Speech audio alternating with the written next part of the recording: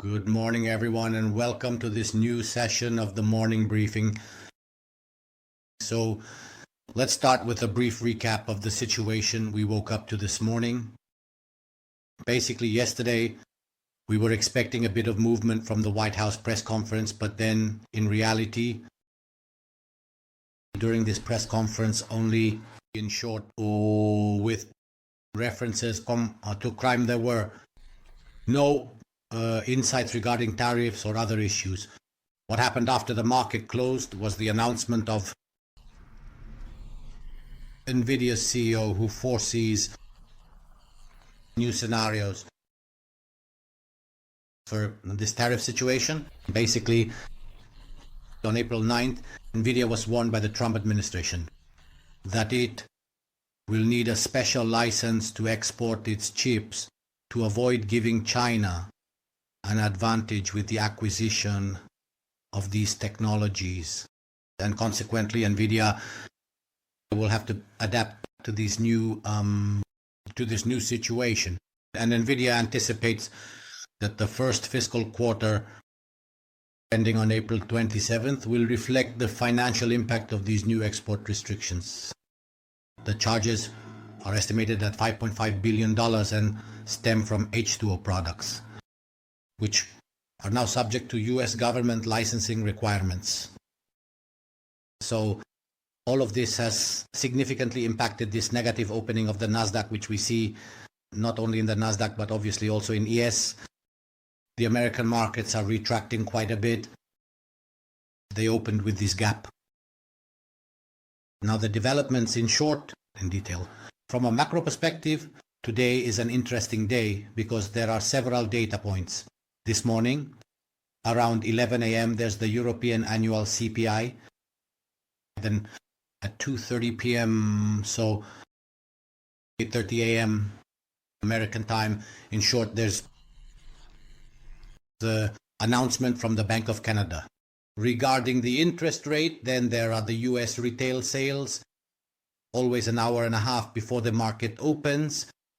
Then there are the crude oil inventories, and finally we have around 7 p.m. Italian time, Paolo's speech, and then in short, a lot of things in short on the fire. Today, therefore, maximum attention is required also due to these new scenarios that are emerging, especially regarding the exports of these big companies. So all the scenarios are currently being defined. This naturally leads to enormous uncertainty, and uncertainty in the markets is reflected, of course, in the sudden drops and increases in volatility. In short, we will see shortly then the developments after this brief introduction. In short, yesterday the day was essentially within a range as we expected, except after the closing. In short, with this new scenario that has opened up, let's take a closer look. At the moment, we are looking at the 4-hour chart. At the moment, the Nasdaq is operating below STO, below SD1. So it's a situation that is quite concerning for the moment. We are working below all the BC3 levels, obviously due to the gap opening. In short, the level to monitor, in short, that we were expecting. In short, one saw a massive reappearance of sellers was this, obviously this thing. In short, it anticipated the timing a little bit. At the moment, in short, the decline seems to have resumed. We will see if, in short, we will find a new support base. Probably this is a nice album. This, in short, the example. I was wrong, excuse me. Let's start again from the Nasdaq. In short, the situation is similar. In short, it doesn't change much. Obviously, here it is. This is the Nasdaq. Perfect. This is a 4-hour chart. We are always working here. The situation was this. The level to monitor, as it remained true, is this 18,160.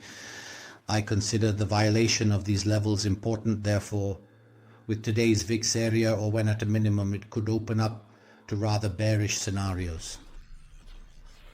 Important for an upward move at this moment, or it becomes difficult to make predictions. Certainly this level BC3. So the 19,000, 19,100 area is the first resistance area that will need to be surpassed to then consider going beyond.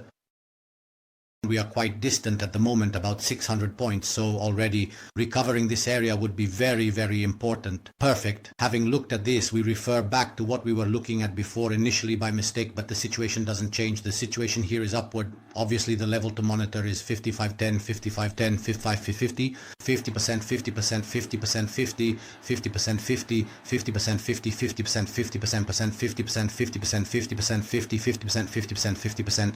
In short, this is the area we need to recover. Obviously, here too we have this level BC3 at 54.60, which at this moment represents the first resistance to overcome. In short, as a consequence of this downward opening, as we were saying, hoping regarding Nvidia's downward trend, here too, this is the pivot I would monitor. So the area 52.70 to 52.50 is the area to watch.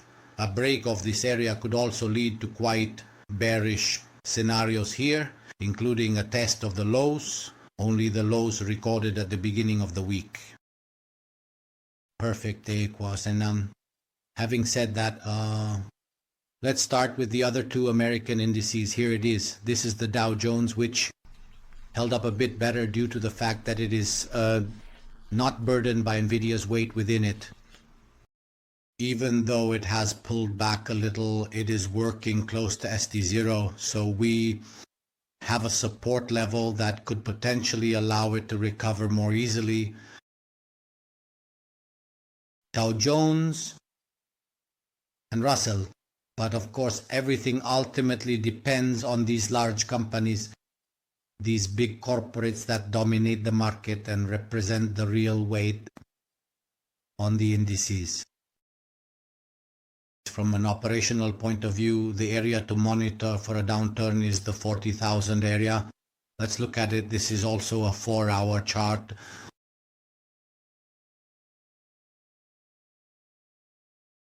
This first zone, 40,000, and then go here. In short, the definitive one of 39.5. This is the area, in short, definitive to absolutely keep on the rise. Obviously, 41,000 is the one. That remains confirmed as far as the Dow Jones is concerned. Let's look at the Russell. Here it is.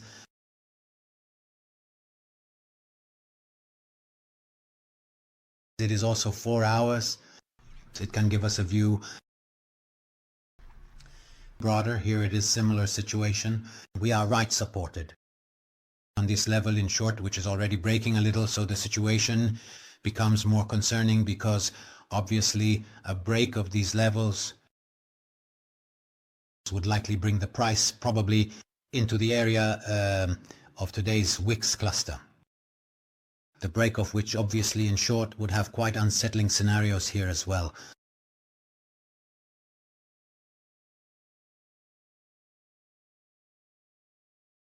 This is the situation on the upside. Obviously, we are monitoring 1950. In short, any bullish push first 1900, which is this here, obviously, of these highs recorded yesterday. A break of this could lead the price to a new test of the RD2 area, thus with these highs here.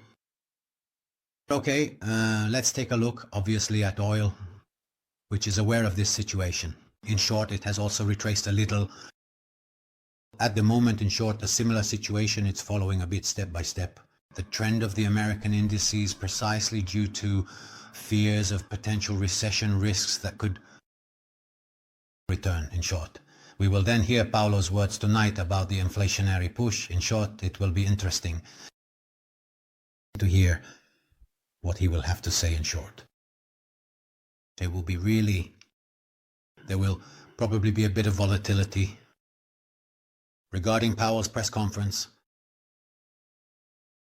we were talking about oil. At the moment, yes, we are below this indicated range, so the situation becomes dangerous. Now we are retesting it from below, so a possible return to this area. Here, therefore, a break of SD upwards could easily bring prices back into the range, probably also pushing prices towards RD0. In short, a test of this area here, which is currently the resistance area to overcome, could also be, in short, move within the range, awaiting these developments.